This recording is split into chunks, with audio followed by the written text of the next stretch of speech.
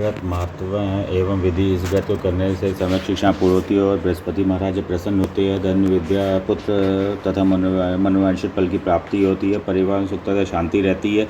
इसलिए यह व्रत श्रेष्ठ अति फलदायक है। इस व्रत में केले का पूजन करें। कथा पूजन के समय मन क्रम और वचन से शुद्ध होकर मनोकामना की पूर्ति के लिए बृहस्पति देव से प्रार्थना करनी चाहिए। दिन में एक समय भोजन करें। भोजन चने की दाल आदि का करें। नमक न खाएं। पीले वस्त्र पहने। पीले फलों का प्रयोग करें।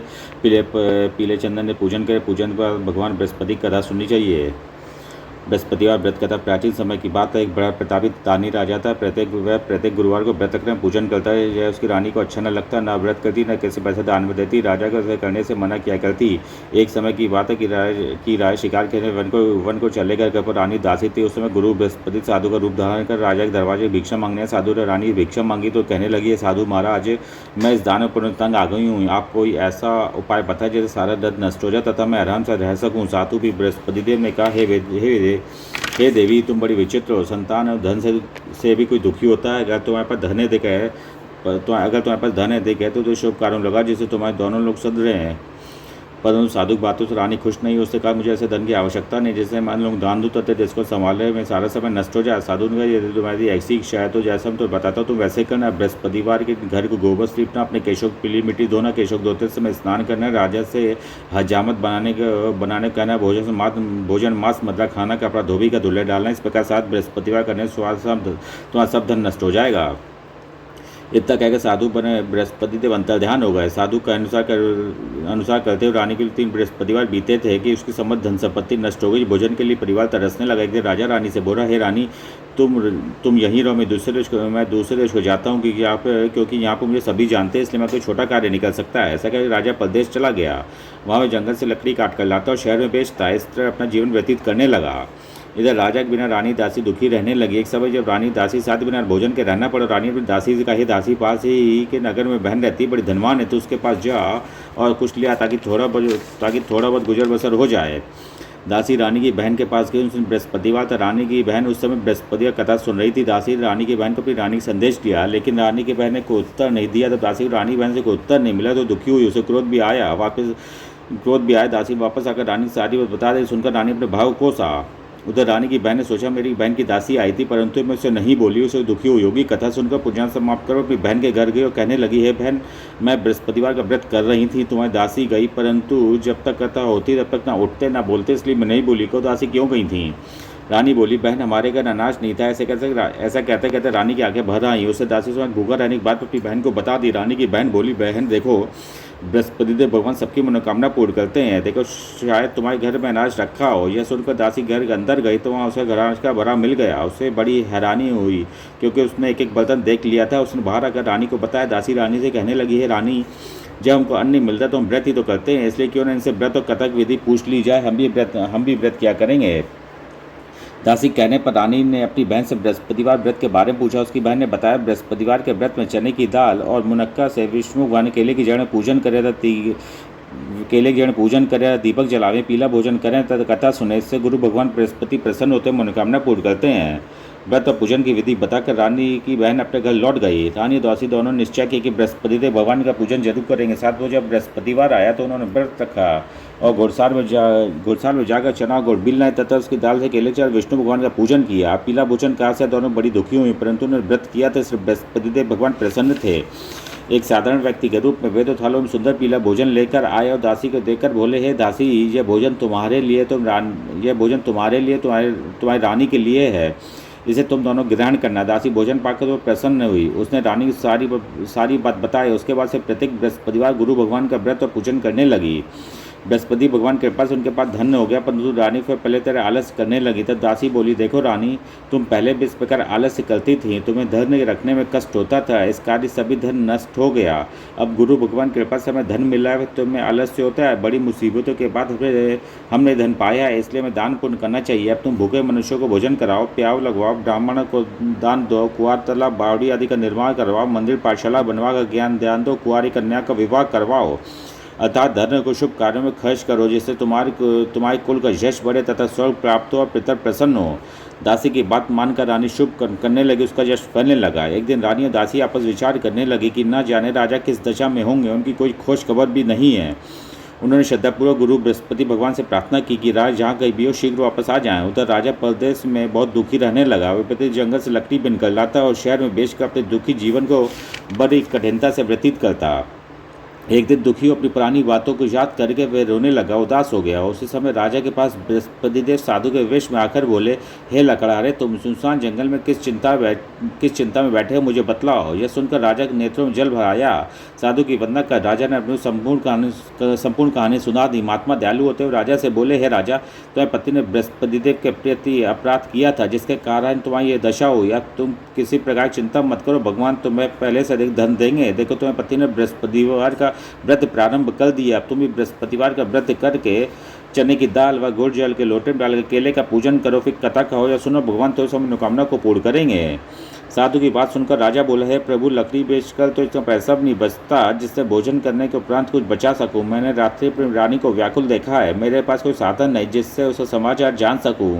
फिर मैं बृहस्पति देव के क्या कहानी कहूँ, यह मुझको मालूम नहीं है। साधु ने कहा, हे राजा, मन में बृहस्पति भगवान के पूजन व्रत का निश्चय करो, वे सब तो को रहा बना देंगे। बृहस्पतिवार के तुम रोजाना लकड़ियाँ लेकर शहर में जाना, तो मैं रोज से दोगुना धन प्राप्त होगा, जिससे तुम भली भांति भोजन कर लो तथा बृहस्पति देव की पूजा का सामान भी आ जाएगा। जो तुमने बृहस्पतिवार कहानी के बारे में पूछा है वह इस प्रकार है। बृहस्पति देव की कहानी। प्राचीन काल में बहुत ही निर्धन ब्राह्मण था, उसके कोई संतान नहीं थी। वह नित्य पूजा पाठ करता, उसकी स्त्री न स्नान करनी किसी देवता का पूजन करती। इस कारण ब्राह्मण देवता बहुत दुखी रहते थे।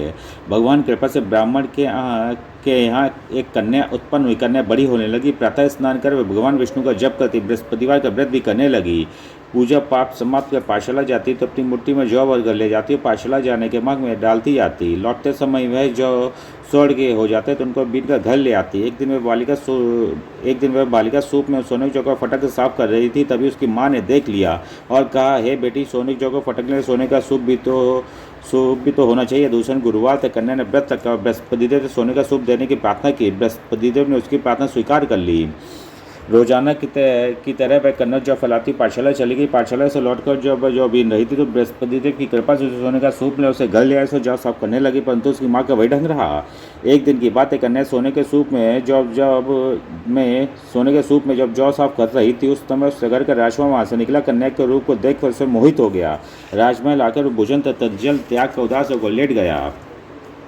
राजा को तो राजकुमार द्वारा अन्न त्यागने का समाचार ज्ञात हुआ तो मंत्री के साथ अपने पुत्र के पास गया और कारण पूछा। राजकुमार ने राजा को उस लड़की घर का पता बता दिया। मंत्री उस लड़की घर गया। मंत्री ने ब्राह्मण के समक्ष राजा के निवेदन किया। कुछ दिन बाद ब्राह्मण कन्या वाला राजकुमार से संपन्न हो गया। कन्या घर से जाते ब्राह्मण घर में पहले की बाती गरीबी के निवास हो गया। एक दिन दुखियों को ब्राह्मण अपनी पुत्री से मिलने गए। बेटे ने पिता की अवस्था को देखकर अपनी माँ का समाचार पूछा। ब्राह्मण ने सभी हाल कह सुनाया। कन्या ने बहुत सा धन देकर अपने पिता को विदा कर दिया, लेकिन कुछ दिन बाद फिर वही हाल हो गया। ब्राह्मण अपनी कन्या के यहाँ गया। सभी हाल का तो पुत्री बोली, है पिताजी, आप माता की लेवा लाओ, मैं उन्हें वह विधि बता दूं जिससे गरीबी दूर हो जाए। ब्राह्मण देवता अपनी स्त्री को साथ लेकर अपनी पुत्री के पास राजमहल पहुंचे तो पुत्री अपनी माँ को समझाने लगी, है माँ, तुम प्रातःकाल स्नान आदि करके विष्णु भगवान का पूजन करो तो सब दरिद्रता दूर हो जाएगी। परंतु उसकी माँ ने उसकी एक भी बात नहीं मानी। प्रातःकाल उठकर अपनी पुत्री को बजा जूठन खा लेती थी। एक दिन उसकी पुत्री को बहुत गुस्सा आया। उसने अपनी माँ को कोठरी में बंद कर दिया। प्रातः उसने स्नान आदि करा के पूजा पाठ कराया तो उसकी माँ की बुद्धि ठीक हो गई। इसके बाद वे नियम से पूजा पाठ करने के प्रत्येक बृहस्पतिवार को व्रत रखने लगी। इस व्रत के प्रभाव से मृत्यु के बाद वह स्वर्ग को गई। वह ब्राह्मण भी सुखपूर्वक इस लोक का सुख भोग कर स्वर्ग को प्राप्त हुआ। इससे कहानी कहकर साधु देवता वहाँ से लोप हो गए। धीरे धीरे समय व्यतीत होने पर बृहस्पतिवार का दिन आया। राजा जंगल से लकड़ी काटकर शहर में बेचे गया। उसे दिनों से अधिक धन मिला। राजा ने चढ़ा गुड़ादी लाकर बृहस्पतिवार का व्रत किया। उस दिन से उसे सभी कलेश दूर हुए। परंतु जब अगले गुरुवार का दिन आया तो बृहस्पतिवार का व्रत करना भूल गया। इस कारण बृहस्पति भगवान नाराज हो गए।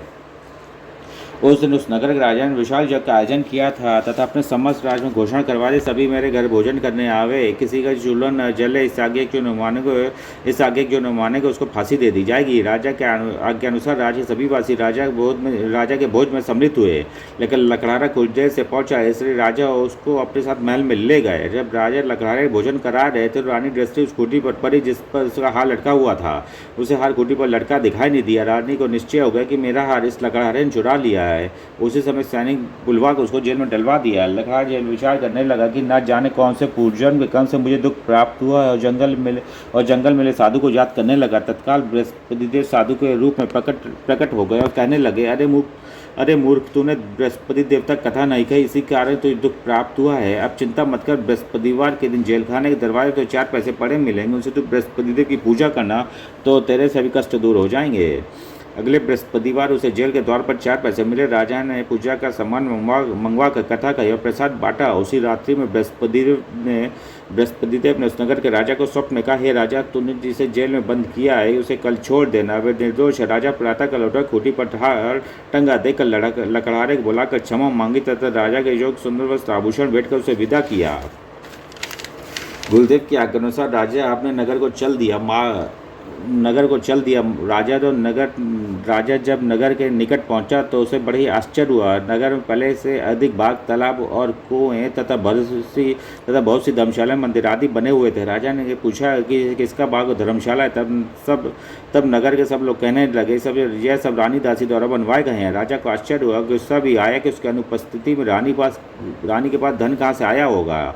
जब रानी ने खबर सुनी कि राजा आ रहे हैं तो उसने अपनी दासी से कहा, हे दासी, देख राजा हमको कितनी बुरी हालत में छोड़ गए थे, वह हमारी ऐसी हालत देख कर लौट न जाए, इसलिए तू दरवाजे पर खड़ी हो जा। रानी के अनुसार दासी दरवाजे पर खड़ी हो गई। जब राजा आए तो उन्हें अपने साथ महल में लिवा लाई। तब राजा ने क्रोध करके अपनी तलवार निकाली और पूछने लगा, बतलाओ ये धन तुम्हें कैसे प्राप्त हुआ है। तब रानी सारी कथा कह सुनाई। राजा ने निश्चय की कि मैं रोजाना दिन में 3 बार कथा कहा करूँगा तथा रोज व्रत किया करूँगा।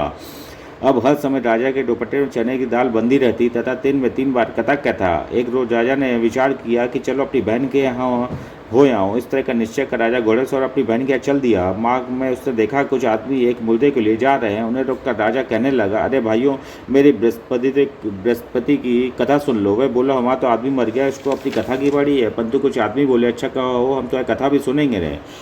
राजा ने दाल निकाली, कथा कहनी शुरू कर दी। जब कथा आधी हुई तो मुर्दा हिलने लगा। जब कथा समाप्त हुई तो राम राम करके मुर्दा खड़ा हो गया। राजा आगे बढ़ा, उसे चलते चलते शाम हो गई। आगे मार्ग में उसे किसान खेत में हल चलाता मिला। राजा ने उसे कथा सुनने का आग्रह किया, लेकिन वह नहीं माना। राजा आगे चल पड़ा। राजा घटते बैल पछाड़कर गिर गए तथा किसान के पेट में बहुत जोर से दर्द होने लगा। उसी समय किसान की पत्नी रोटी लेकर आई। उसने जब देखा तो अपने पुत्र से हाल पूछा। बेटे ने सभी हाल बता दिया। बुढ़िया दौड़े घोड़साल के पास गए। उससे बोली, मैं तेरी कथा सुनूंगी तो अपनी कथा मेरे खेत पर ही चलकर कहना। राजा ने लौटकर बुढ़िया खेत पर जाकर कथा कही, जिसके सुनते ही बैल खड़े हो गए तथा किसान के पेट का दर्द भी बंद हो गया। राजा अपनी बहन के घर पहुंच गया। बहन ने एक भाई खूब मेहमानी की। दूसरे रोज प्रातःकाल राजा जागा तो वह देखने लगा कि सब लोग भोजन कर रहे हैं। राजा ने अपनी बहन से पूछा, ऐसा कोई मनुष्य जिससे भोजन ना किया जो मैं बृहस्पतिवार की कथा सुन ले। बहन बोली, हे भैया, ये देश ऐसा ही है, पहले यहाँ के लोग भोजन करते हैं, बाद में अन्य काम करते हैं। फिर वह कुमार के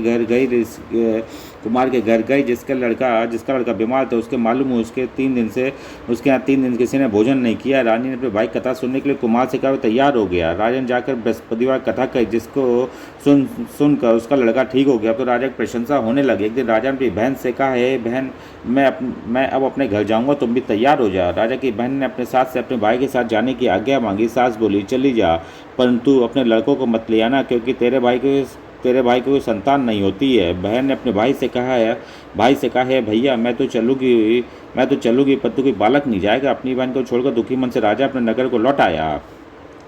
राजा ने अपनी रानी सारी कथा बताई। बिना भोजन के शैया पर लेट गए। रानी बोली, हे प्रभु, बृहस्पतिदेव ने हमें सब कुछ दिया, वे हमें संतान अवश्य देंगे। उसी रात बृहस्पतिदेव ने राजा को स्वप्न में कहा, हे राजा, उठ, सभी सोच त्याग दे, तेरी रानी गर्भवती है। राजा को ये जानकर बड़ी खुशी हुई। 9वें महीने रानी गर्भ से सुंदर पुत्र पैदा हुआ। तब राजा बोला, हे रानी, स्त्री बिना भोजन के रह सकती है, परंतु बिना कहे नहीं रह सकती। जब मेरी बहन आए तो मुझसे कुछ मत कहना। रानी ने हाँ कर दी। जब राजा की बहन ने यह शुभ समाचार सुना तो वह बहुत खुश हुई तथा बधाई लेकर अपने भाई के आई। रानी ने तब उसे आने का उल्लाना दिया। जब भाई अपने साथ ला रहे थे तब टाल गई। टाल गए, उनके साथ ना आई और आज अपने आप ही भागी भागी बिना बुलाए आ गई। तो राजा की बहन बोली, भाई मैं इस प्रकार न कहती, तुम्हारे घर औलाद कैसे होती। बृहस्पति देव सबकी मनोकामना पूर्ण करते हैं। जो सद्भावना पूर्वक बृहस्पतिवार का व्रत करता है एवं कथा पढ़ता है अथवा सुनता है, दूसरों को सुनाता है, बृहस्पति देव उसकी सभी मनोकामनाएं पूर्ण करते हैं, उनकी सदैव रक्षा करते हैं। जो संसार सद्भावना से गुरुदेव का पूजन एवं व्रत सच्चे हृदय से करते हैं, उनकी सभी मनोकामनाएं वैसे ही पूर्ण होती। जैसी सच्ची भावना से रानी और राजा ने बृहस्पति देव की कथा गुणगान किया, तो उनकी सभी इच्छाएं बृहस्पति देव ने पूर्ण की। अनजाने में बृहस्पति देव की उपेक्षा न करें, ऐसा करने से सुख शांति नष्ट हो जाती है। इसलिए सबको कथा सुनने का प्रसाद लेकर जाना चाहिए, हृदय से उनका मनन करते हुए जयकारा बोलना चाहिए। इति श्री बृहस्पतिवार व्रत कथा। जय बृहस्पति देव भगवान की।